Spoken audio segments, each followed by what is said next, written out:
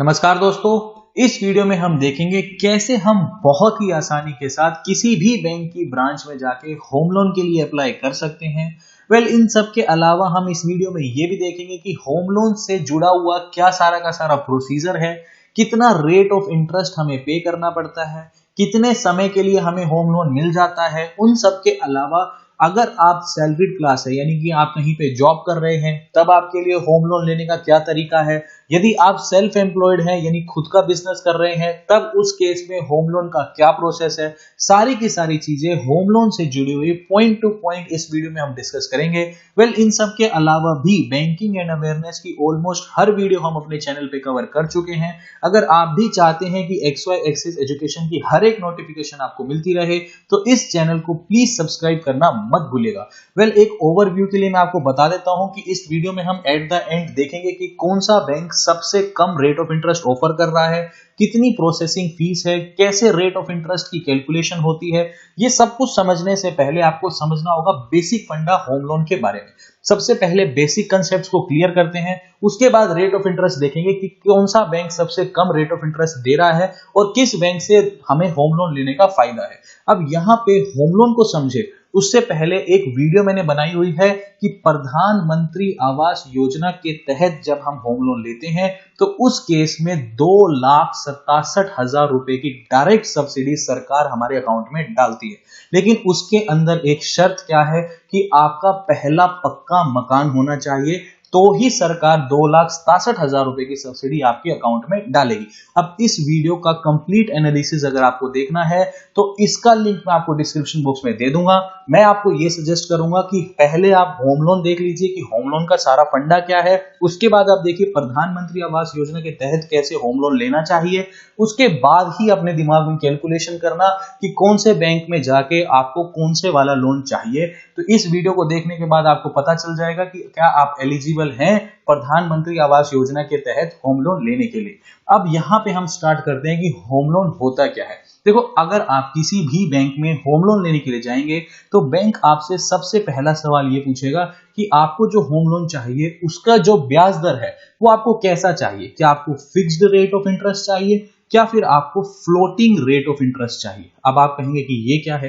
देखो, बिल्कुल कंफ्यूज होने की जरूरत नहीं है, बिल्कुल साधारण शब्दों में यहां पे मैं आपको समझाऊंगा। ठीक है, देखो फिक्स्ड रेट ऑफ इंटरेस्ट और फ्लोटिंग में क्या फर्क है ये समझने से पहले आपको ये समझना होगा कि सबसे पहले जो रेट ऑफ इंटरेस्ट है यानी जो ब्याज दर है होम लोन की वो कैलकुलेट कैसे होती है। तो रेट ऑफ इंटरेस्ट कैलकुलेट होती है रेपो रेट। अब ये रेपो रेट क्या है सब कुछ समझाऊंगा, बिल्कुल कंफ्यूज होने की जरूरत नहीं है। Plus spread.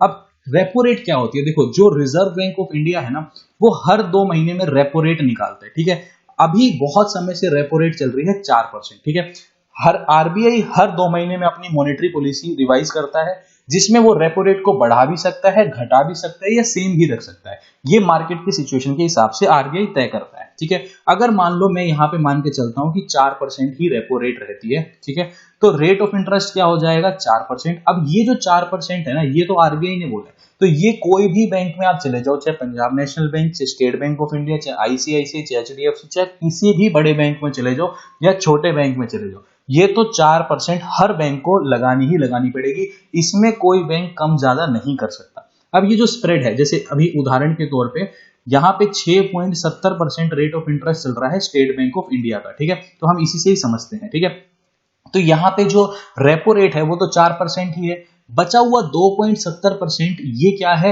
ये बैंक का प्रॉफिट है, यानी ये बैंक ने अपना प्रॉफिट बोला है। ठीक है, तो इस हिसाब से स्टेट बैंक की जो रेट ऑफ इंटरेस्ट है वो कितना हो गया 6.70% हो गया। ठीक है, अगर मान लो कुछ किसी और बैंक का एग्जांपल लेते हैं XYZ का, मान लो वो 7% रेट ऑफ इंटरेस्ट ले रहा है, तो उसने क्या फंडा लगाया होगा 4%, तो उसको रेपो रेट लेनी ही लेनी पड़ेगी, प्लस उसने 3% अपना प्रॉफिट लगाया होगा, इसलिए उसकी रेट ऑफ इंटरेस्ट हो गई 7%। ठीक है, अब बात आती है कि फिक्स्ड और फ्लोटिंग रेट ऑफ इंटरेस्ट क्या होता है। देखो, अगर आपने कहा कि मुझे फिक्स्ड रेट ऑफ इंटरेस्ट चाहिए तो बैंक क्या बोलेगा, मान लो आप एसबीआई में गए और आपने बोला कि मुझे फिक्स्ड रेट ऑफ इंटरेस्ट दे दो। ठीक है, कितना है आज की तारीख में 6.70% चल रहा है, तो एसबीआई क्या बोलेगा कि अगले, आप मान लो आपने 20 साल के लिए लोन ले लिया, तो एसबीआई बोलेगा अगले 20 साल तक आपको 6.70% के हिसाब से ही अपना रेट ऑफ इंटरेस्ट आपका तय हो गया और इसी हिसाब से ही आपको अपनी किस्तें भरनी। ठीक है, तो कोई दिक्कत नहीं, अगले 20 साल तक आपको सेम अमाउंट की किस्तें भरते चले जाना है। लेकिन फ्लोटिंग के अंदर क्या होता है, देखो मान लो फ्लोटिंग, आपने बोला कि मुझे अब फ्लोटिंग रेट ऑफ इंटरेस्ट दो, तो उसमें क्या बोलेगा स्टेट बैंक ऑफ इंडिया कि मान लो कल को आरबीआई के दिमाग में है कि हमें रेपो रेट को कम करना है, ठीक है। मान लो कल को जो आरबीआई है उसने रेपो रेट को 4% से घटा के कर दिया 3.5%, ठीक है। और जो स्टेट बैंक ऑफ इंडिया वो अपना प्रॉफिट चार्ज कर रहा है 2.70%, ठीक है। तो होम लोन के रेट ऑफ इंटरेस्ट क्या हो गए, कम हो गए। होम लोन के रेट ऑफ इंटरेस्ट हो गए 6.20%, यानी जितनी आप पहले किस्तें भर रहे थे उससे कम कीमत की किस्तें अब आपको भरनी पड़ेगी। क्यों? क्योंकि रेट ऑफ इंटरेस्ट कम हो गए। अगर आपने फ्लोटिंग रेट ऑफ इंटरेस्ट लिया है तो कल को अगर रेपो रेट घट गया तो आपकी किस्तें भी घट जाएंगी। मान लो इसका उल्टा हो गया, कल को आरबीआई के दिमाग में आया कि रेपो रेट को अभी बढ़ाना पड़ेगा, तो उसने 5% कर दिया और एसबीआई स्प्रेड कितना ले रहा है, यानी अपना प्रॉफिट कर रहा है 2.70%, तो यहां से आपके जो होम लोन का रेट ऑफ इंटरेस्ट है वो बढ़ के चला जाएगा 7.70% पे। तो आप जितनी किस्तें अभी तक भर रहे थे उससे ज्यादा कीमत की किस्तें, ज्यादा वैल्यू की किस्तें आपको भरनी पड़ेगी। तो फ्लोटिंग का फायदा भी है और नुकसान भी है, ठीक है। तो ये बेसिक फर्क होता है फिक्स्ड और फ्लोटिंग रेट ऑफ इंटरेस्ट के अंदर। उसके बाद जो हम होम लोन लेते हैं वो कहने को होम लोन है, लेकिन आप उससे कुछ भी यूज कर सकते हैं। चाहे तो आप अपना घर खरीद सकते हैं या फिर घर की कंस्ट्रक्शन कर सकते हैं, घर को रेनोवेट कर सकते हैं। इन सारी चीजों के लिए जो कर्जा मिलता है उसे हम होम लोन ही बोलते हैं। तो चाहे आप कंस्ट्रक्शन के लिए लोन ले लो या फिर घर को खरीदने के लिए ले लो या फ्लैट को खरीदने के लिए ले लो, इन सारे की सारी चीजों के लोन को हम होम लोन ही बोलते हैं, ठीक है। तो इसमें कंफ्यूज होने की जरूरत नहीं है। अब बात आती है कि कौन कौन एलिजिबल है। तो भारत में रहने वाला कोई भी इंडिविजुअल होम लोन ले सकता है। प्रवासी भारतीय यानी एनआरआई भी होम लोन ले सकते हैं भारत के बैंकों से। सैलरीड पर्सन यानी कोई जॉब करता है वो भी ले सकता है, या फिर कोई खुद का बिजनेस करता है वो भी होम लोन ले सकते हैं। तो कोई भी व्यक्ति यहाँ पे भारत के बैंकों से होम लोन के लिए अप्लाई कर सकता है, बशर्ते उसका जो क्रेडिट स्कोर है वो अच्छा होना चाहिए। कुछ ऐसा नहीं होना चाहिए कि पास्ट में कोई लोन उसने डिफॉल्ट किया हुआ है, ठीक है। उसके बाद सवाल आता है कि मुझे कितने समय के लिए होम लोन मिलेगा। देखो वैसे बेसिकली ऑलमोस्ट आज की तारीख में हर बैंक 30 ईयर्स के लिए आपको इजीली होम लोन दे देता है, ठीक है। अब हम यहाँ पे आखिरी स्लाइड में ये भी देखेंगे कि कौन सा बैंक सबसे कम रेट ऑफ इंटरेस्ट चार्ज कर रहा है और कितनी उसकी प्रोसेसिंग फीस है, वो हम एट द एंड देखेंगे कि कौन से बैंक में हमें होम लोन लेने का फायदा है, ठीक है। तो सबसे पहले हम यहाँ पे डिस्कस कर रहे हैं होम लोन से जुड़ी हुई सारी की सारी चीजें, क्योंकि जब तक हमें होम लोन से जुड़ी हुई सारे के सारे फंडे क्लियर नहीं होंगे तब तक मैं कंपैरिजन कैसे कर सकता हूं, क्योंकि मुझे जब तक नॉलेज ही नहीं होगी तब तक मैं कंपैरिजन कर ही नहीं सकता, ठीक है। तो ये होगा हमारा टेन्योर कि लगभग 30 साल के लिए हमें कोई भी बैंक होम लोन आसानी से प्रोवाइड कर देगा, ठीक है। उसके बाद बात आती है कि लोन अमाउंट क्या है। अब देखो लोन अमाउंट ना, वैसे अगर मैं बेसिक कंसेप्ट से चलूं तो 8 लाख कम से कम लोन लेना ही लेना होता है अगर हमें होम लोन अप्लाई करना है, और मैक्सिमम लगभग 100 करोड़ के अराउंड बैंक दे देता है। अब बहुत बार क्या होता है कि जब भी हम किसी बैंक में जाते हैं, मान लो मुझे 5 लाख रुपए के लोन की रिक्वेस्ट है, ठीक है, 5 लाख की ही जरूरत है, तो हम एक्सेप्शनल बेसिस पे बैंक 8 लाख से भी कम लोन दे देता है। ऐसा कुछ जरूरी नहीं है, बट अगर मैं कंसेप्ट वाइज चलूं तो 8 लाख मिनिमम बैंक बोलता है कि आपको होम लोन लेना ही लेना पड़ेगा, ठीक है। अब उसके बाद बात आती है कि एलटीवी यानी लोन टू वैल्यू क्या होती है। देखो अगर आप 30 लाख रुपए तक का लोन अप्लाई कर रहे हो, ठीक है, तो बैंक क्या बोलता है, इस केस में हम 90% आपको पैसा देंगे। मान लो 30 लाख रुपए आपकी प्रॉपर्टी की वैल्यू है जो आपको खरीदनी है, ठीक है, तो बैंक बोलता है कि 90% पैसा तो मैं दे दूंगा, लोन की फॉर्म में होम लोन दे दूंगा, बचा हुआ 10% आपको अपनी जेब से लगाना पड़ेगा, यानी 3 लाख रुपए आपको अपनी जेब से भरने होंगे और 27 लाख रुपए का लोन बैंक दे देगा। अब आप पूछेंगे कि पूरा 30 लाख क्यों नहीं दिया। देखो क्या होता है कि जब हम होम लोन लेते हैं, ठीक है, तो ये घर है मान लो, ठीक है, तो जब तक आप इस घर की पूरी किस्तें बैंक को नहीं दे दोगे, इस घर के ऊपर बैंक एक चार्ज चढ़ा के रखता है जिसे हम बोलते हैं इंग्लिश में मॉर्टगेज। अब इसका सीधा सीधा हिंदी में मतलब क्या है, बैंक के पास आपका घर गिरवी पड़ा है, कब तक, जब तक आप पूरी की पूरी किस्तें भर के एनओसी बैंक से नहीं ले लेते, यानी नो ऑब्जेक्शन सर्टिफिकेट बैंक से नहीं ले लेते। अब बैंक ऐसा क्यों करता है कि 10% आपसे भरवा रहा है और बाकी लोन की फॉर्म में दे रहा है, क्योंकि बैंक को एक डर रहता है कि अगर सारा का सारा पैसा बैंक ही आपको दे देगा लोन की फॉर्म में और आपकी जेब से 1 रुपया भी नहीं लगा हुआ, कल को मान लो आपका तो 1 रुपया भी नहीं लगा हुआ और बैंक, आप सारा पैसा बैंक का लगा हुआ है, आप रहे हो, तो आप इस घर की कदर नहीं करोगे, यानी कुछ भी दिक्कत हुई तो आप तो इसको छोड़ के निकल लोगे।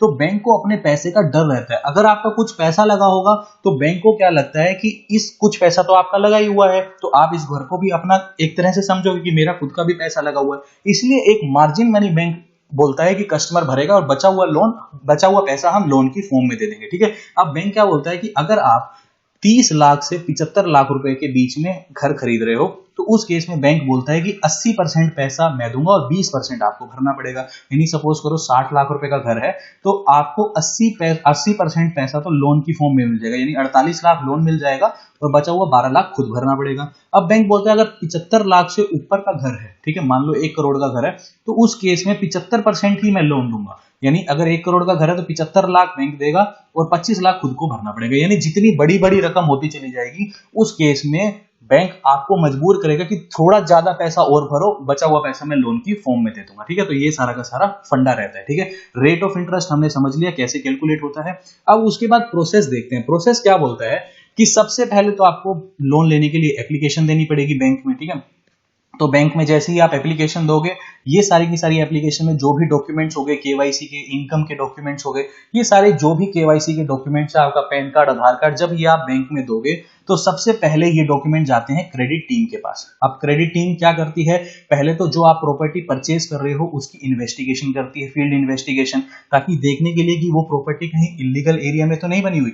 तो ये फील्ड इन्वेस्टिगेशन होने के बाद सबसे पहले आपका चेक होता है आपका क्रेडिट स्कोर, यानी कोई पास्ट में ऐसा तो नहीं कि आपने लोन लेकर के बैंक का पैसा नहीं भरा। तो ये सिविल स्कोर सबसे इंपॉर्टेंट है, क्रेडिट टीम वो चेक करती है। उन सब के अलावा अगर सब कुछ परफेक्ट निकलता है तो आपको एक सैंक्शन लेटर मिल जाता है। सैंक्शन लेटर मिलने के बाद ये सैंक्शन लेटर जाता है जो डेस्क पे टीम रहती है मेन ब्रांच बैंकिंग में। वहां पे जाने के बाद आपको लगभग 3 से 7 दिन के अंदर अंदर जो पूरा का पूरा अमाउंट है वो आपके अकाउंट में क्रेडिट कर दिया जाता है। और वैसे मोस्टली केसेस में क्या किया जाता है, मान लो ये आप घर खरीदना चाहते हो, ठीक है, आपका नाम है ए और आप घर खरीदना चाहते हो बी से, ठीक है, तो बैंक क्या करता है, जो लोन देता है बैंक आपको पैसा नहीं देगा, बैंक डायरेक्ट जिससे आप घर परचेज कर रहे हो उसके अकाउंट में ही पैसा डाल देगा। ठीक है, तो ये प्रोसेस रहता है होम लोन का। ठीक है, अब बात करते हैं कि रेट ऑफ इंटरेस्ट के बारे में। ठीक है, जैसे यहाँ पे स्टेट बैंक ऑफ इंडिया ने आज के समय में सबसे ज्यादा कॉम्पिटिटिव रेट ऑफ इंटरेस्ट खोल रखे हैं। और दूसरी बात क्या है कि भारत का सबसे बड़ा बैंक है, सरकारी बैंक है, सेफेस्ट बैंक है। Rate of interest state bank of India के हैं 6.70%, उसके बाद यूनियन बैंक ऑफ इंडिया 6.80%। लेकिन अगर मैं यूनियन बैंक ऑफ इंडिया और स्टेट बैंक ऑफ इंडिया का कंपैरिजन करता हूं तो स्टेट बैंक ऑफ इंडिया जितना भी आप लोन लेते हो उसके ऊपर प्रोसेसिंग फीस चार्ज करता है लगभग 0.35%। ठीक है, अब यहाँ पे जो यूनियन बैंक ऑफ इंडिया है उसकी प्रोसेसिंग फीस नील है। तो यहाँ पे एक एडवांटेज मिल जाता है किसके लिए, जिसको बड़ी अमाउंट का लोन चाहिए। ठीक है, क्योंकि state bank of India processing fees charge करता है। अब यहाँ पे आप देख सकते हो कि आपकी अगर अमाउंट बड़ी है तो आप यूनियन बैंक ऑफ इंडिया को भी प्रेफर कर सकते हो। रीजन क्या है कि उसकी जो प्रोसेसिंग फीस है वो नील है। ठीक है, अब यहाँ पे जो स्टेट बैंक ऑफ इंडिया है, अगर लोन छोटा है तब आप एसबीआई को प्रेफर कर सकते हो, क्योंकि यहाँ पे ज्यादा अगर लोन छोटा है तो इतना फर्क नहीं आएगा। ठीक है, उसके बाद आप देख सकते हो कि bank of Baroda, central bank, bank of India, HDFC, ICICI bank. अगर आपको सर्विसेज चाहिए फास्ट तब आप ये जो बड़े लीडिंग प्राइवेट सेक्टर बैंक है एचडीएफसी और आईसीआईसीआई, तो यहाँ पे भी आप प्रेफर कर सकते हो। 0.20% का रेट ऑफ इंटरेस्ट का फर्क है कंपेयर टू एसबीआई। ठीक है, तो अगर आपको सर्विस फास्ट चाहिए तो आप प्राइवेट सेक्टर बैंक्स भी कंपेयर कर सकते हो। अब यहाँ पे एक कैलकुलेशन मैंने आपको ऑलरेडी समझा दी है कि अगर ये 6.70% चार्ज कर रहा है एसबीआई, तो इसमें अपने रेट ऑफ इंटरेस्ट कैसे खोले होंगे। यानी होम लोन के जो रेट ऑफ इंटरेस्ट है एसबीआई चार्ज कर रहा होगा 4% रेपो रेट प्लस यहाँ पे 2.70% अपना प्रॉफिट चार्ज कर रहा होगा। ठीक है, तो इस हिसाब से इसका रेट ऑफ इंटरेस्ट कितना निकला, 6.70%। आई होप कि आपको सारी की सारी चीजें होम लोन से जुड़ी हुई क्लियर हो गई होंगी। तो अभी के लिए this is the end of the video. Thanks for listening and thank you all.